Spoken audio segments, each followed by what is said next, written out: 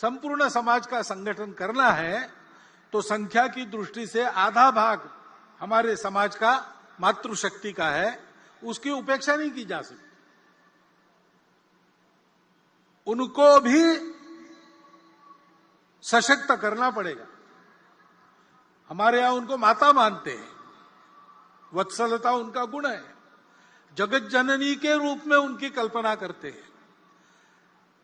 लेकिन ऐसी कल्पना करते करते क्या हमको विस्मृति हो गई पता नहीं, हमने उनकी सक्रियता के दायरे को सीमित कर दिया। और बाद में जो विदेशी आक्रमण हुए, उन आक्रमणों की परिस्थिति में उनकी सुरक्षा के नाम पर इस बंधन को एक वैधता प्रदान हुई। आक्रमण की परिस्थिति चली गई, लेकिन बंधन हमने कायम रखे, उनको कभी मुक्त नहीं किया।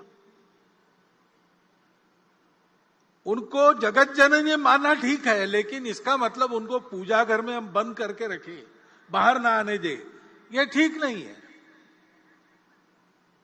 एक तो उनको जगत जननी मान के पूजा घर में बंद करते, अथवा द्वितीय दर्जे का मानकर घर में बंद करके रख देते।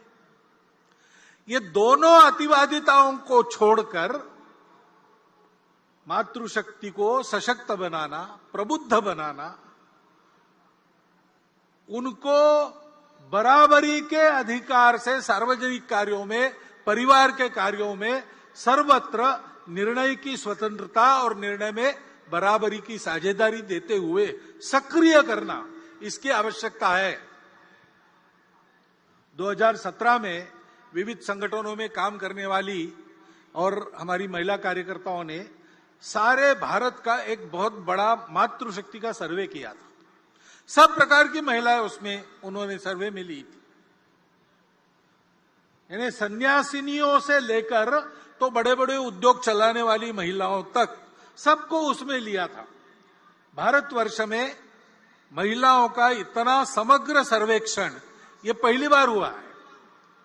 वो सर्वे प्रसिद्ध भी हुआ, उस सर्वे को सरकार के पास भी दिया गया। दिल्ली में ही उसका लोकार्पण निर्मला जी सीतारामन जी के हस्ते हाथ में हुआ था, मैं था वहां पर। उस सर्वे के निष्कर्ष भी यही है, जो सब पुरुष कर सकता है मातृशक्ति कर सकती है। मातृशक्ति जो सब कर सकती है वो सब काम पुरुष नहीं कर सकते, इतनी उनकी शक्ति है।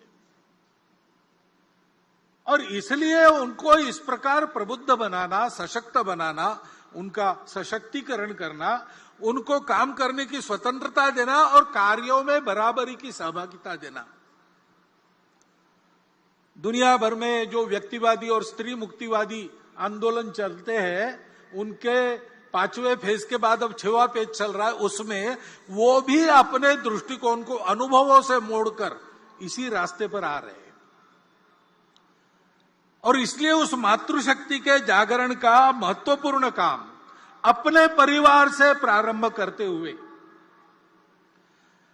सार्वजनिक कार्यों में, संगठन संस्थाओं में भी उसको लागू करते हुए हमको समाज के पास ले जाना पड़ेगा।